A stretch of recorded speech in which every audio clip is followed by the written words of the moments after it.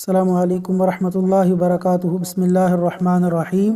یہ وظیفہ پڑھیں، تمام بیماریوں سے چھٹکارا پائیں۔ امام ابن قیم رحمہ اللہ فرماتے ہیں، مجھ پر مکہ مکرمہ میں ایسا وقت بھی آیا جب میں بیمار پڑا تو نہ طبیب میسر آیا نہ کوئی دوا۔ میں فاتحہ کے ساتھ اپنا علاج کرتا، میں زمزم کا ایک گھونٹ لیتا اور اس پر کئی مرتبہ سورہ فاتحہ پڑھتا اور اسے پی لیتا۔